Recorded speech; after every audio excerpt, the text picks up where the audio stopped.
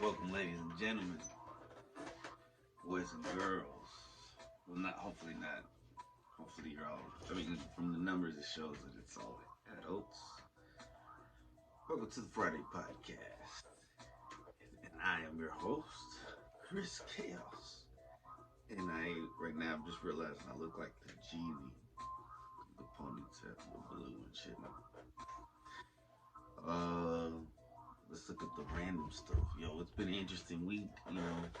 Get back to work after a week off. Got to go basically a farm. Got to see a big cow. It's always cool to see things up close that you don't normally see. It kind of puts things in perspective. When you see cows and ducks and chickens and turkeys and pigs and goats and longhorn, and then they also had some insects. They had like these chickens that were like furry. They looked furry, that their eyes are covered and shit. That shit was pretty dope. What else did they have?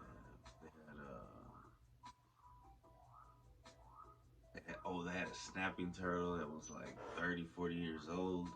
They had little turtles. They had a quail. They had rabbits.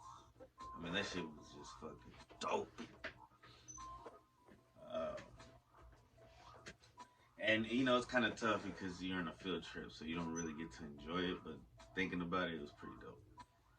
Like reminiscing, like, whoa, it was all that shit.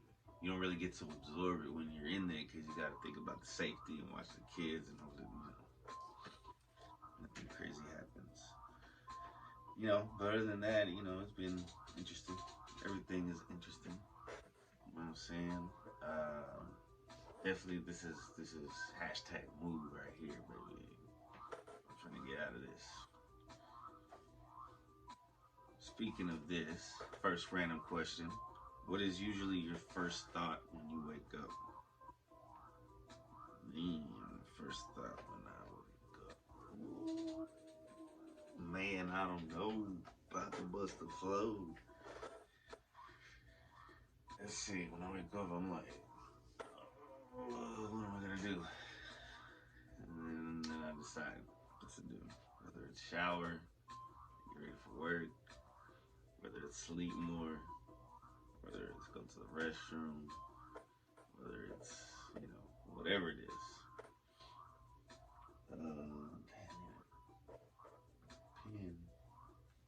No pen in the vicinity. Count to infinity. The real. Oh.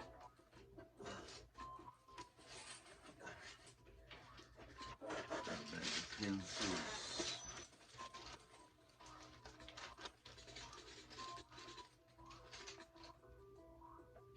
We use purple.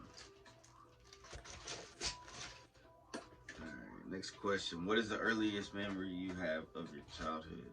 So I've probably told this before, but my earliest memory is watching a plane leave, like fly.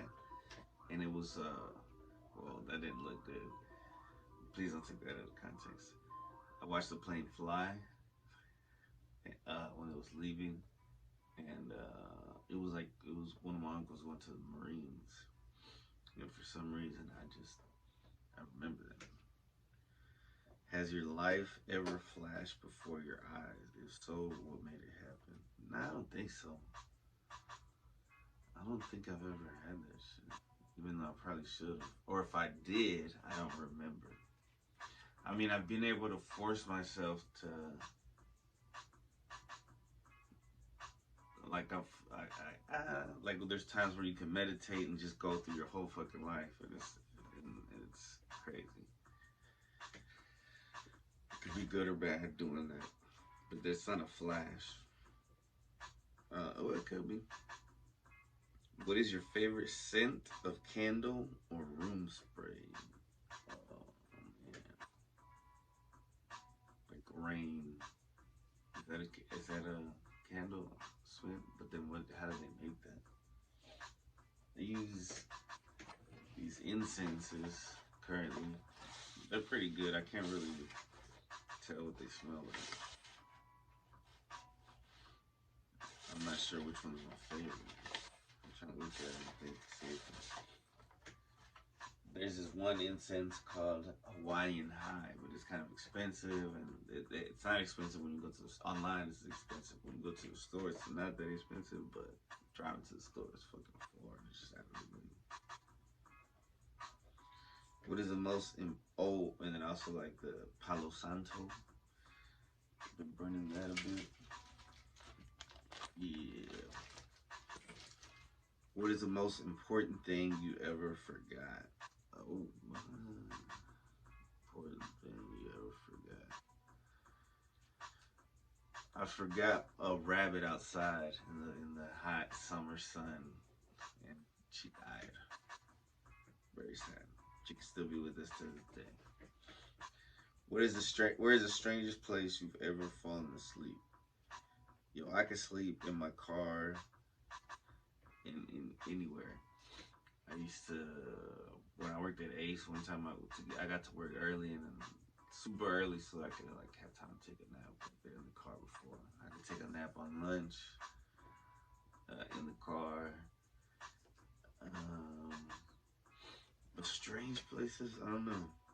That's not that strange. To some people, it's strange. Like, who the fuck can sleep in their car? But I can't. What one skill or trait do you feel is imperative to be successful? Tolerance. I'm gonna write that down. TOLERANCE. Tolerance is what it means to me. Like being able, having patience, dealing with stuff, looking on the bright side, being positive. If your local newspaper were running the story on your life, what would the headline say? Headline. I don't know why I went so heavy on the.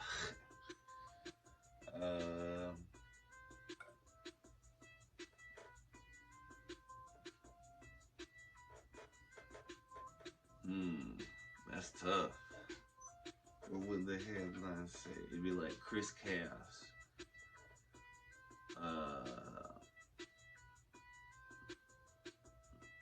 Chris Chaos, former Chaos. No, Chris X Chaos. Life of a great person. I don't know. What makes a party boring? Number 1333 out of 3,000 questions. I gotta think of a better title for the headline for the newspaper. Chris X Chaos. Former fool, current genius. Alright. What makes a party warm? Probably.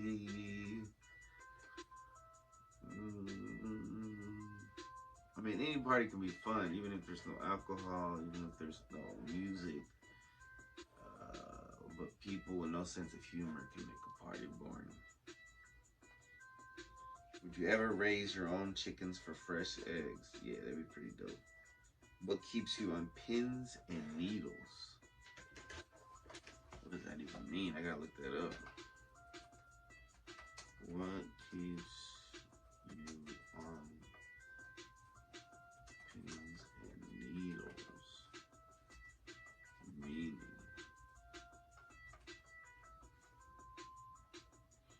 Let's see. Oh, it means anxious or tense.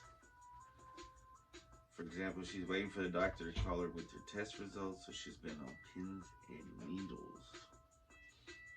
Anxious. Interesting. Sometimes work,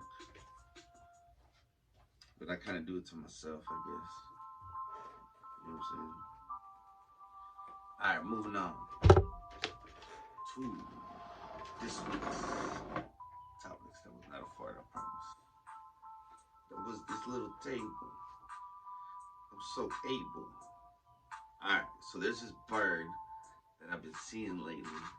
And I see it sometimes when I go to work, and it's arguing and fighting with crows. And it's a brown bird. And after some research, after like 10, 15 minutes of research, I figured out that it's called a brown thrasher. I was like, whoa, badass name, the brown thrasher. Whoa, whoa, whoa, whoa. From churchgeist.com. In Native American culture, the brown thrasher has many spiritual meanings. This is why we will examine the spiritual meaning of brown thrasher, spiritual meaning of seeing a brown bird, and the spiritual meaning of seeing a brown hawk. Skip that. The brown thrasher bird represents the connection to nature and the importance of appreciating this aspect of our world. Through looking into Native American associations and by considering the plumage of brown thrashers as well as their habits, it is clear that they were highly respected by ancient American Indians. Oh, why are they calling Indians still on this? The brown thrasher is, because I'm just reading from, what is it, Churchgeist. The brown thrasher is approximately 12-inch long songbird that belongs to the genus Toxostoma. It's native to Central America, South America, and southern areas of North America, aka Texas. Brown thrashers are characterized by dark brown plumage, black mask, unicolored crown, white throat, and red eyes. They roost together for protection. Each bird has its own roosting site during the breeding season, which may be a branch or a hole in the ground. Brown thrashers are a type of bird that are native to the southwestern U.S. I already said some of this. They're known for its song, which can be heard year-round in its native range. The spiritual meaning of this bird, scroll back up.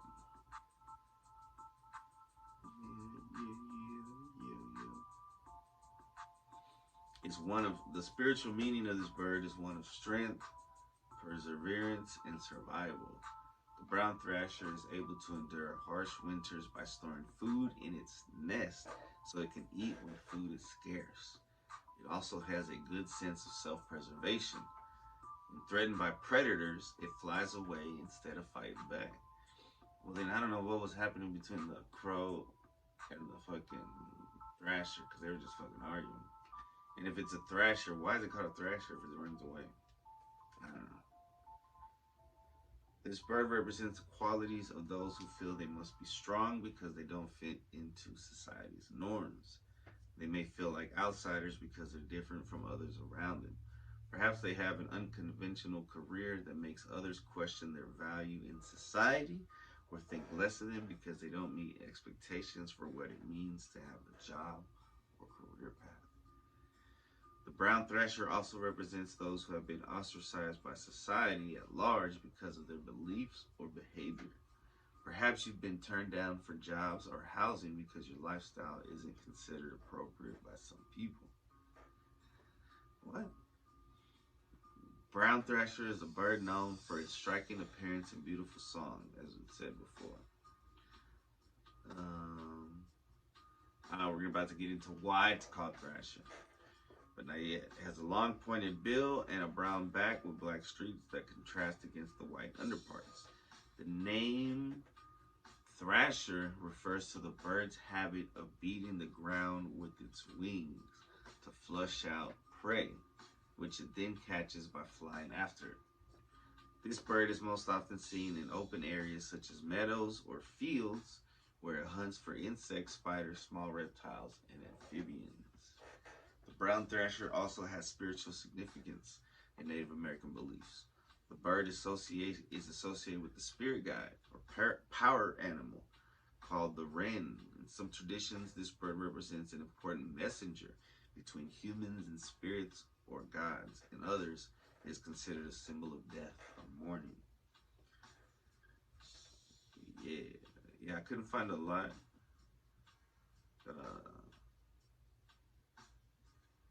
But yeah, I've been seeing a lot of those lately. All right, what's the next one? Next topic. About to drop it. Oh, they can't stop it. Man, I need to take a sip of something that ain't coffee.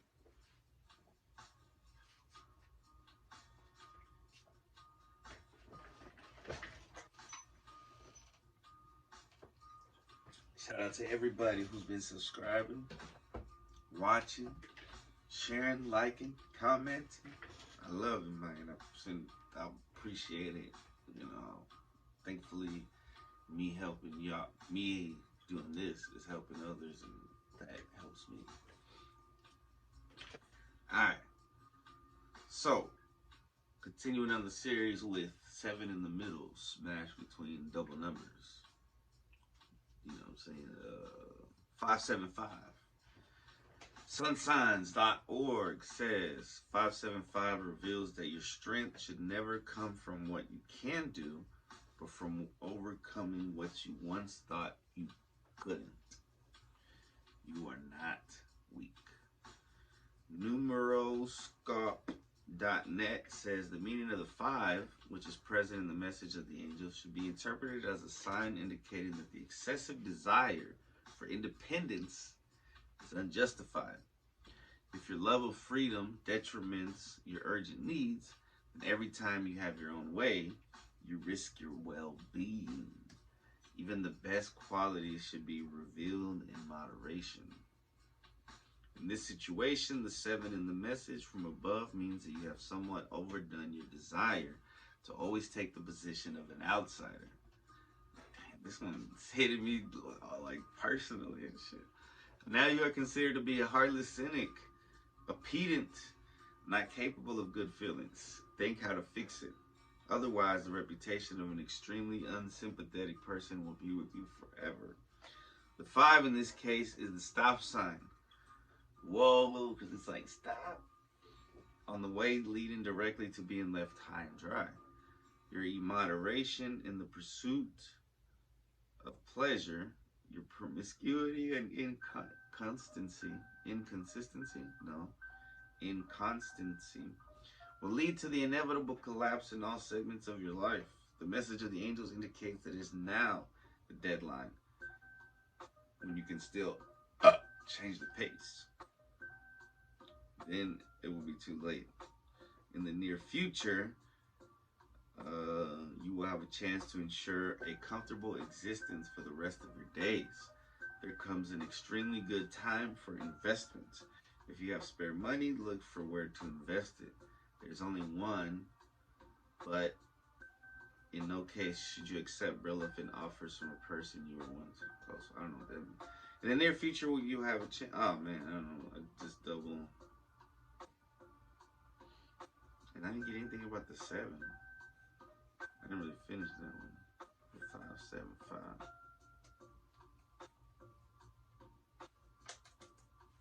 So I'm gonna finish looking that one up.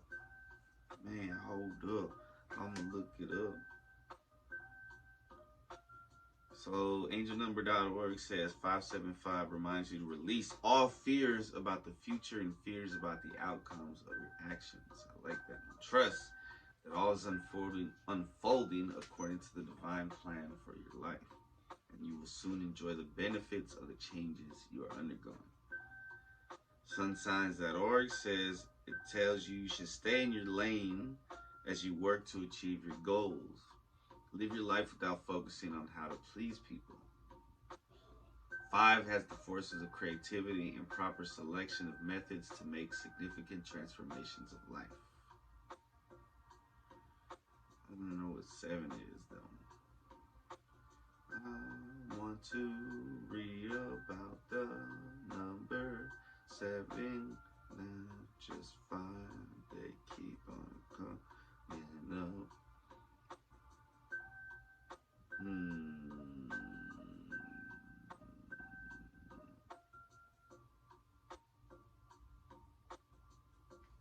I guess I got to look it up on its own.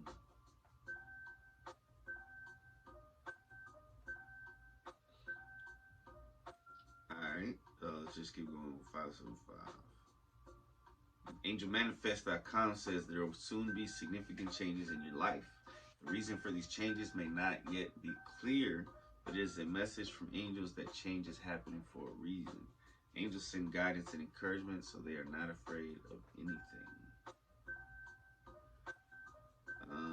MindYourBodySoul.com says that 575 suggests that you are trying to keep things together on your own without any support. Angels will be asking you to stop relying on yourself and start believing in the power of community. You are being asked to take a step back from everyday life and examine who the people who are supporting you in every way possible. Whoa. Again, talking about number 5 and no number 7. I gotta look at number 7. But I guess 5 is enhanced because it's doubled. So angelnumbersmeaning.com says that 5 symbolizes a person who is full of positive energy and fun. Think about a high five or a handshake. Everyone loves being around you and you enjoy being with other people. People guided by number 5 have a tendency to become a real people pleasers and they enjoy attending parties. Yeah, that's not my number.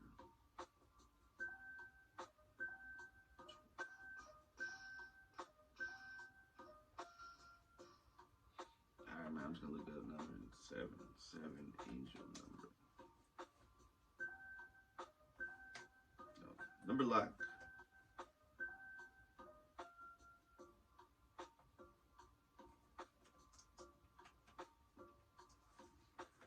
Angel number 7 is related to, from angelnumber.org, it says angel number 7 is related to inner wisdom, mysticism, intuition, and inner strength.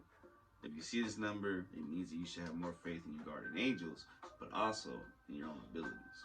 Your inner wisdom will help you make the right choices and make good decisions. And it also means good fortune. 7 is just a great number. Lucky number, 7.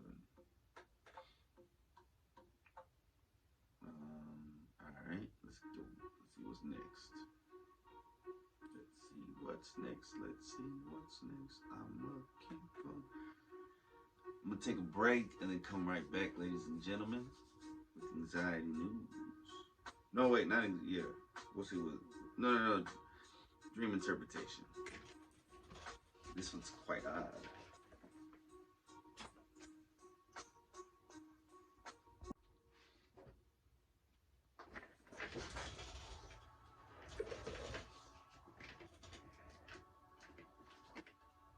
Shout out to Louis Puente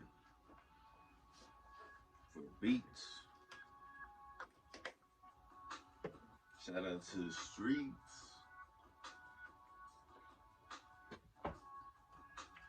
Shout out to the motherfucking cleats. Okay, so this one's about a dream, man. I had a dream within a dream. Sorry. I had a dream within a dream.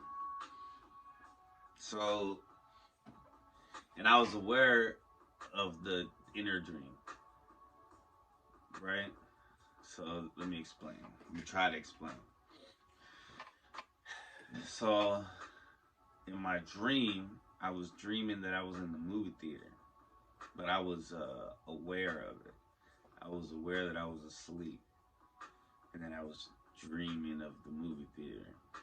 And so, like, I was like, yo, I could make this movie. I can just decide what's my brain is making. It was like a ninja's fighting or something. I was like, yo, I'm making this fucking movie right now. And then in the dream, I wake up and I'm like, yo, I was fucking dreaming. And then I was telling people about the dream within the dream. So, I looked that up. Having a dream within a dream. AlikaForneret.com says, that's AlikaForneret.com. What kind of bird is that? I can see over there. Having a dream within a dream may be interpreted as a sign of self-deception. This is a situation whereby you lie to yourself continuously, more attacks, creating a false mindset that everything is perfect while in reality it's not. This dream calls you out. It points out all the flaws in your mindset. Oh, fuck. Liquidsandsolids.com says, in spiritual beliefs, a dream within a dream is far from a normal occurrence and is often a sign of your hidden spiritual abilities and introspection. I like that. This may be something you may already have awareness of, or it may be completely unexpected. It is also common to interpret such a dream as a direct message from the universe itself. Another meaning from the same website says it could be from false mindset, just like the other one said. More hate. Haters. No, I'm just kidding. This type of dream could be a sign that you are hiding behind a false mindset and that there is some self-deceit in play. Maybe you aren't living up to your true potential and it is causing damage to your soul and purpose. Holy shit. Pretending that you are feeling one way while actually feeling the complete opposite way is another effect of self-deceit and trying to trick yourself. Remember that this will only slow down your healing and get in the way on your journey of self-discovery and success. If you are trying to dive deeper into this experience and decipher each dream and its meaning, it is often recommended to focus on the second dream. This is because the first dream is usually symbolic of your current situation, both in your real life and on a more spiritual level. However, the second dream is symbolic of the things that are to come, what is lurking around the corner, and what you should be prepared for. Hopefully, the second dream is a good one. But if it isn't, do not be scared. Think positive, and it will be positive. So yeah, mine was about making movies. Maybe I'll make a movie that'll be fucking dope. Or making just a great piece of art. Oh, it'd be cool if my comic book turned into a movie one day. Whoa.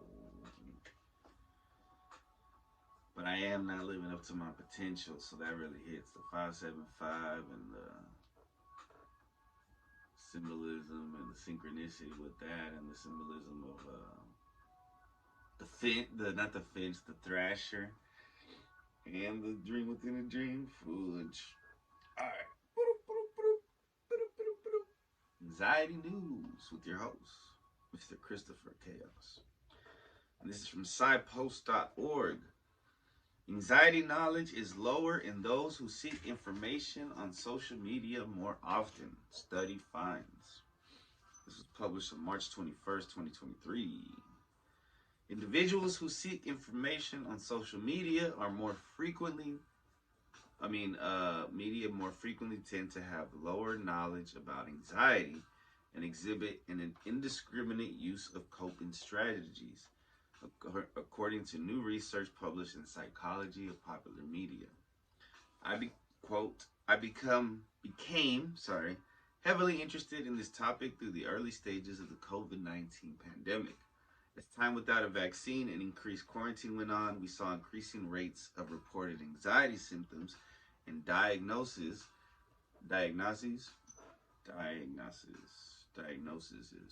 in young people, particularly emerging adults ages 18 to 28, said author Rebecca Walensky, doctoral student in clinical psychology at Florida International University. Quote, with anxiety-related challenges on the rise, there became an increased demand for mental health services, which can be difficult to accommodate at any given time.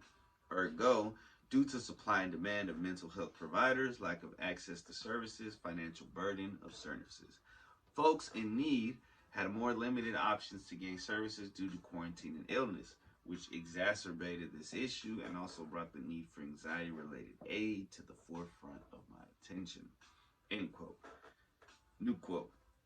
Simultaneously, evidence suggests, it took me back to the top, that emerging adults are spending more and more time on social media sites daily. Walensky explained, theory and previous studies demonstrate that emerging adults, especially those that are anxious, will turn to digital platforms like social media to find more information about anxiety and how to cope. This type of information seeking is itself a coping strategy, and social media can provide immediate and plentiful information that may be more accessible than professional mental health services. Data also demonstrates that anxiety and social media are both still increasing in this demographic age group in recent years since the initial COVID-19 outbreak. So, Our study aimed to determine whether seeking anxiety-related information on social media platforms is associated with accurate knowledge about anxiety and use of adaptive coping strategies. In other words, our question was, is this type of coping strategy, i.e. social media information seeking, a legitimately helpful option for folks in need of assistance? Between March and April of 2021, the researchers used the online crowdsourcing platform known as Amazon Mechanical Turk to recruit a sample of 250 U.S. adults ages 18 to 28 years. Of the entire sample, about one half, 50.2%, reported having an anxiety disorder diagnosis.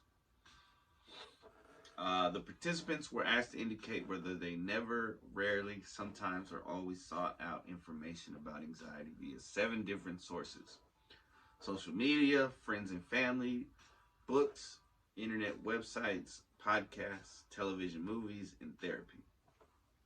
They also completed a 35-item test of anxiety knowledge and indicated how often they had used advice or strategies suggested on social media for reducing anxiety.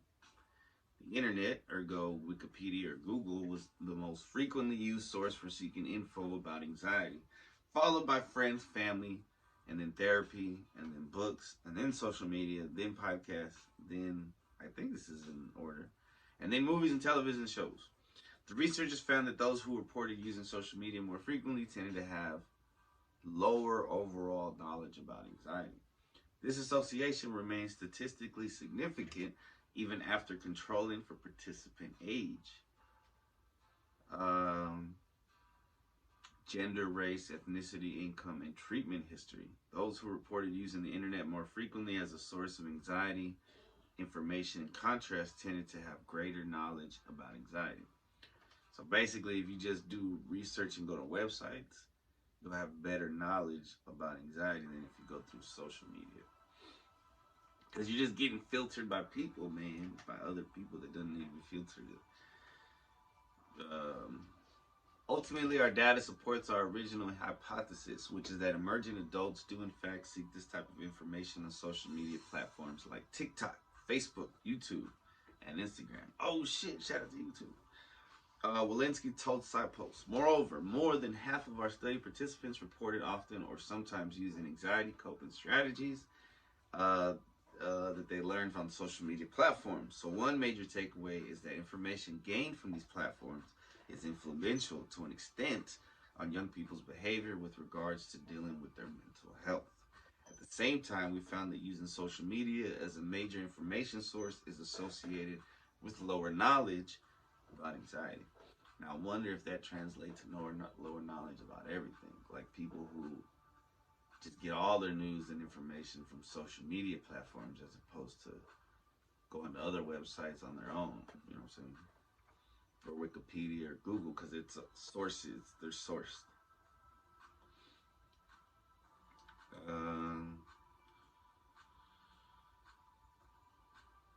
At the same time, we found that using social media as a major information source associated with lower knowledge about anxiety. Additionally, a small minority of participants looked at social media accounts run by mental health professionals for information, as opposed to individuals who are not experts / family, friends, etc. Finally, social media as an information source was associated with the use of both adaptive and maladaptive coping strategies. Ergo, it seems that people are willing to try many different types of coping strategies. And data doesn't suggest that social media influences consumers towards one direction or the other. Adaptive strategies included such things as getting emotional support from others, trying to see the situation in a different light, and accepting the reality of the fact that it has happened. Maladaptive, on the other hand, included things such as self-criticism, using alcohol or other drugs, and give up trying to deal with it. Therefore, we conclude that while these sites provide plentiful and accessible information, they may not be the best primary sources to rely solely on. The findings shed unique insight into the relationship between information-seeking behavior on social media, knowledge about anxiety, and coping strategies in emerging adults. But future studies, I thought I was going to say students, with longitudinal designs are needed to better understand the directionality of these relationships, the researchers said. Well, these are words I would never use on a normal basis. Our data relied on cross-sectional analysis, ergo correlations, so we're definitely interested in future work in this area to further understand the relationship between social media, information seeking, anxiety, knowledge, and coping. Well, let's see, explain. For example, do individuals who have already established maladaptive coping strategies simply use social media more often? Do individuals with poor understanding of anxiety browse social media more often for answers? Or does this use of social media end up predicting the adoption of certain coping strategies and provide misleading information? What was first, the chicken or the egg? These are all questions to be further investigated. We strongly suggest checking the sources for which individuals are consuming online. Walensky added, it is helpful to confirm whether the information you are absorbing is coming from a reputable outlet. Additionally, there are strong implications for experts in the field of anxiety to build more comprehensive and accessible platforms online. So they're saying that for people with the actual knowledge to start putting that on social media is what they're saying. Study, social media usage is associated with lower knowledge about anxiety and indiscriminate use of coping strategies, was authored by Rebecca Walensky and Jeremy W. Petit. And they didn't interview him at all for that one. But yeah, that's pretty interesting. I mean, it's an interesting time where most of our information is being consumed through social media for a lot of people, for a big generation of people.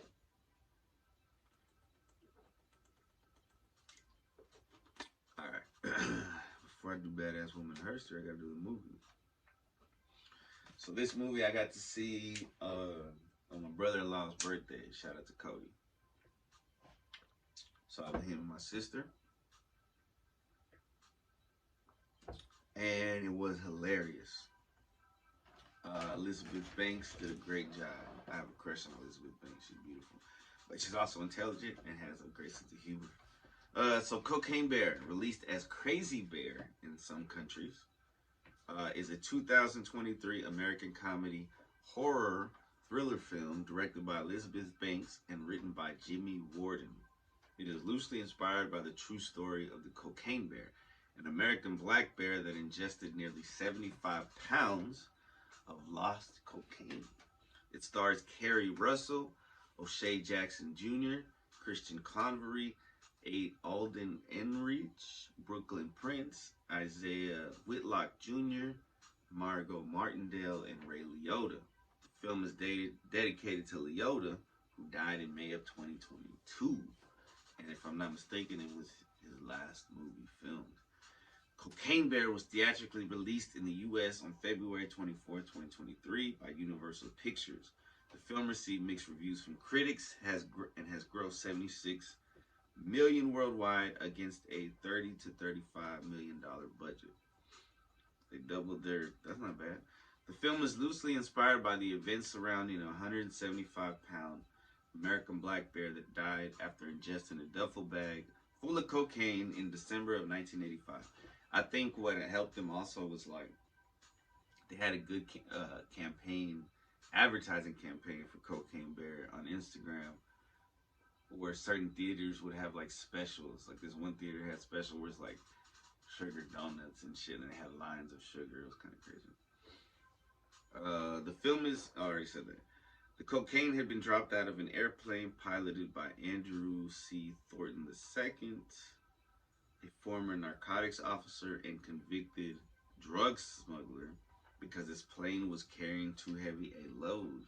Thornton then jumped out of the plane with a faulty parachute and died. The bear, who died sometime after consuming the cocaine, was found 3 months later in northern Georgia alongside 40 open plastic containers of cocaine. The bear is currently on display at the Kentucky for Kentucky Fun Mall in Lexington, Kentucky. And you really have to say Kentucky 3 times. Kentucky, Kentucky, Kentucky. Which named the creature Cocaine Bear in 2015. The film's plot differs from real-life events in a number of ways. Notably, the real-life Cocaine Bear is not known to have killed anyone after consuming drugs, and what transpired in the time leading up to its death from overdose is unknown. In an interview with Variety's Adam B. Vary, Banks stated that this movie could be seen as that bear's revenge story. Prior to the film's release, the story behind Cocaine Bear went viral on social media. Yasmin Tayag of The Atlantic wrote that part of the film's popularity on social media may have been due to the appeal of man versus nature narratives or the shock value of the premise. However, she noted that the bear was also presented in a sympathetic light by the film.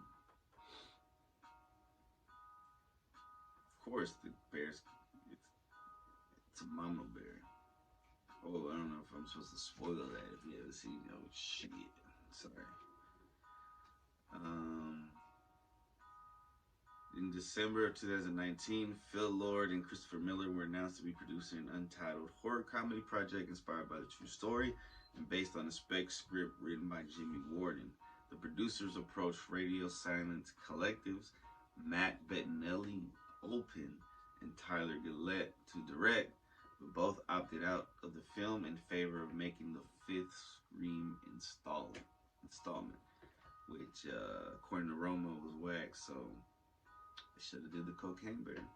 But everything happens for a reason, and Elizabeth Banks needed to do it, because she'll probably get to do other dope-ass movies. Let's see. At first, it's not. At first, the bear. Well, I don't know.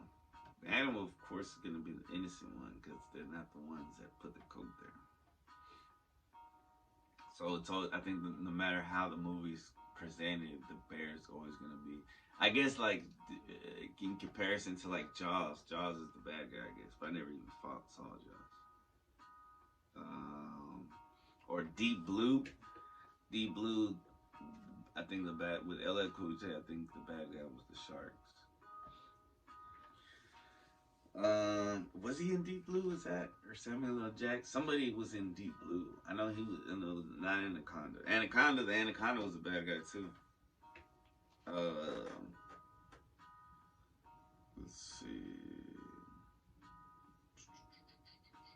On March 9th, 2021, Universal Pictures announced that the film was in development a year ago. It was also confirmed that the film would be instead directed by Elizabeth Banks and produced by Banks and Max Handelman for Brownstone Productions, who joined the producing team alongside Lord Miller Aditya sued for Lord Miller Productions and Brian Duffield. The ensemble cast was revealed between July and August of 2021. Principal photography took place in County Wicklow, Ireland. That's pretty tight. To get all the woods and stuff. Between August 20 and October 17th, 2021. The production budget was 30 to 35 mil, with a large portion of it going to Weta FX to create the bear with CGI. Yeah, because the bear looks pretty good. It's pretty damn good. I thought it was a real bear. No, I'm just kidding. Box office. As of March 21st, 2023, Cocaine Bear has grossed $58.9 million in the U.S. and Canada and $17.1 million in other territories for a worldwide total $76 million. In the U.S. and Canada, Cocaine Bear was released alongside Jesus Revolution and was initially projected to gross 15 to 20 million from 3,534 theaters in its opening weekend. The film made 8.7 million on its first day, including 2 from Thursday night previews. It went on to debut 23.1, finishing second behind Holdover, Ant-Man and the Wasp, Quantumania. The film finished in third place in its sophomore weekend with 11 million, dropping 54%, which was noted as a very good hold for a genre film. In its third weekend, the film finished in fifth with 6.2. Yeah, we saw it at the house, so I was looking at the cat because the cat's in it. Yeah, we saw it at the crib, not at the movie. So I don't know if, they get kind of different. I want to see Jesus Revolution as well. My mom said that was good. And I also want to see Ant-Man. I heard it was decent. My son said it was pretty good. All right, so Badass Woman of Herster. This is the perfect beat for it. Wait, let me turn that up a little bit. Man.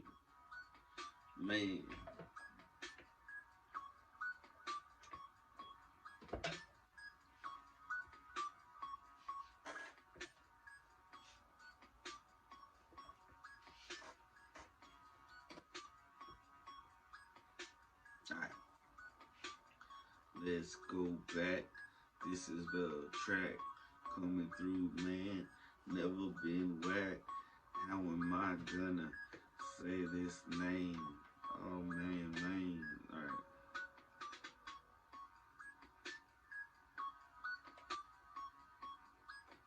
This is gonna be difficult. Uh, want to let me copy. Copy, son of a gun.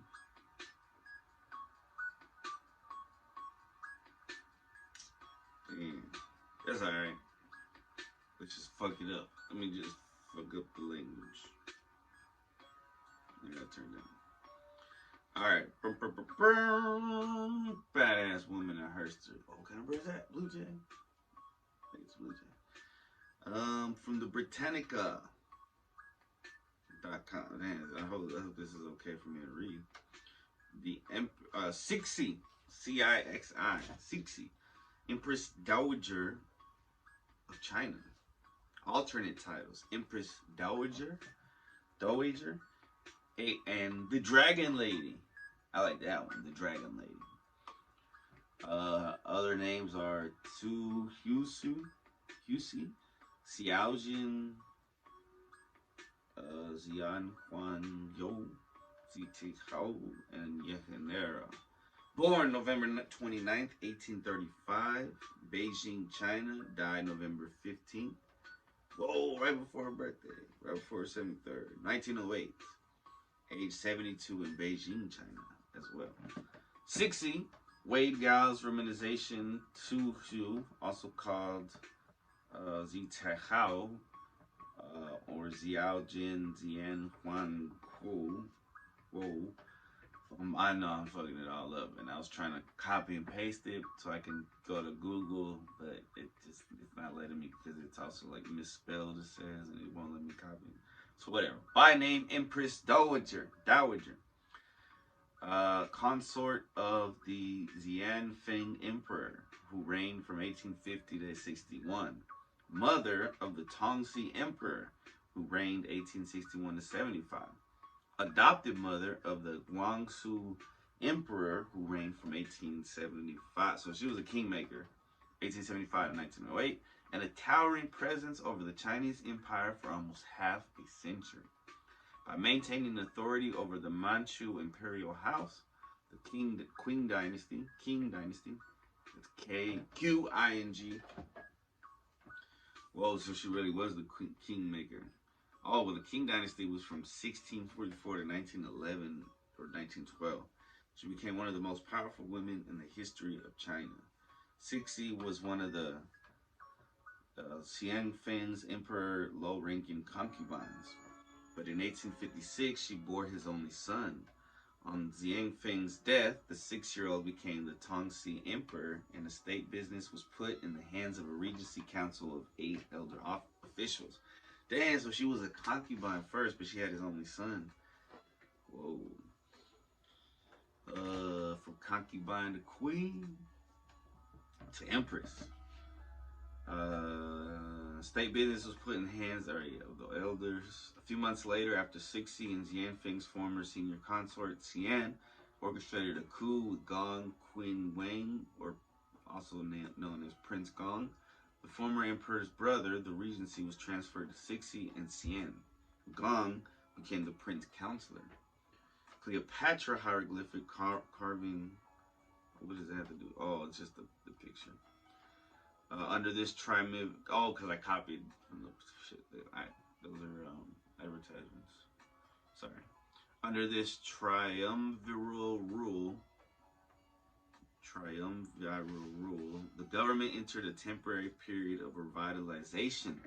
The Great Taiping Rebellion of 1850 to 1604, which had devastated South China, was quelled, as was the Nian Rebellion from 1853 to 68 in the northern provinces. Schools were created for the study of foreign languages. A modern customs service was instituted. Western-style arsenals were constructed, and the first Chinese foreign service office was installed. Internally, an effort was made to end governmental corruption and to recruit men of talent.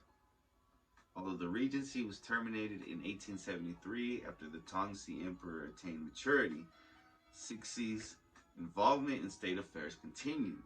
Soon after Tongxi's death in 1875, Cixi arranged to adopt her 3-year-old nephew, Zetian, and have him named the new heir. He became the Guangxu Emperor. The two Empress Dowagers continued to act as regents, but after Xian's sudden death in 1881, Cixi became the sole holder of the office. 3 years later, she dismissed Prince Gong. In 1889, as the young Guangxu Emperor formally assumed power, Cixi nominally relinquished control over the government to retire to the magnificent summer palace she had rebuilt northwest of Beijing. However, in 1898, a few years after the shocking defeat of the Chinese forces in the Sino-Japanese War in 1894 to 95, the Guangxu Emperor, under the influence of a group of reformers, put through a number of radical proposals designed to renovate and modernize the Chinese government and to eliminate corruption. See 100 Days of Reform. Conservative officials, who again used the military to institute a coup, collected around Cixi. The new reforms were reversed, and Cixi resumed the regency. Most historians believe that China's last chance for peaceful change thus ended. Interesting. The following year, Cixi began to back those officials who were encouraging the anti-foreign Boxer rebels. In 1900, the Boxer Rebellion reached its peak. Some 100 foreigners were killed, and the foreign legations in Beijing were surrounded. However, a coalition of foreign troops soon captured the capital, and Cixi was forced to flee the city and accept humiliating peace terms. Returning to Beijing in 1902, she finally began to implement many of the innovations that had been reversed in 1898. Although Guangxu Emperor no longer participated in the government. Upon her death in 1908, death rites were observed for a year, after which she was laid to rest in the eastern Qing tombs northwest of Beijing. The day before Cixi died, Guangxu's death was announced. Since then, it was generally believed that the emperor had been poisoned. But that fact was not substantiated until 2008, when a report was issued by Chinese researchers and police officials confirming that the emperor had been deliberately poisoned with arsenic. Although the report did not address who may have ordered his death, and there was never any hard evidence of culpability, suspicion long has pointed toward the Empress Dowager, or the Dragon Lady, from concubine to empress. Very interesting. Very dope. Very badass. But she fucked up too. From what I understand, I think she fucked up. Thus, we come to the end of another episode, ladies and gentlemen. I hope your week is blessed. No matter what you do. Hopefully you got a hobby or two. Gotta keep it true. Cause you don't always want to be blue. Man, I'm like, what it do? Coming from the Texas. Gotta keep it true. Don't want to stay blue. Don't want to turn red. I just want to be mellow. Like yellow. I'm like hello to my fellows. and the fellas and the girls with umbrellas. They be flying like Alice coming through, man. I'm trying to get a palace, man. I'm coming from Dallas, and I don't come with any kind of malice. I've got the peace. I'll come with peace. I ain't an alien, but I come in peace. I'm a UFO. Holla at me, bro. I'll be flying in the atmosphere like, whoa. Look at him go. Shout out to the Houston, what? Astros. Maestro. When it comes to the mic. Man, I flow when it comes to the... Man, I fuck up and I cop back on it. People talk shit about the chronic. But I'm blazing. I feel amazing. I flow so cold. I'm blazing. And it's that fucking hot ice. Man, I messed up. It's not nice. I paid the price. I pay it twice. And that's life. Yeah. Wasn't the best flow, but we'll let it go. I love y'all, man. Cheers. I'm just trying my laptop.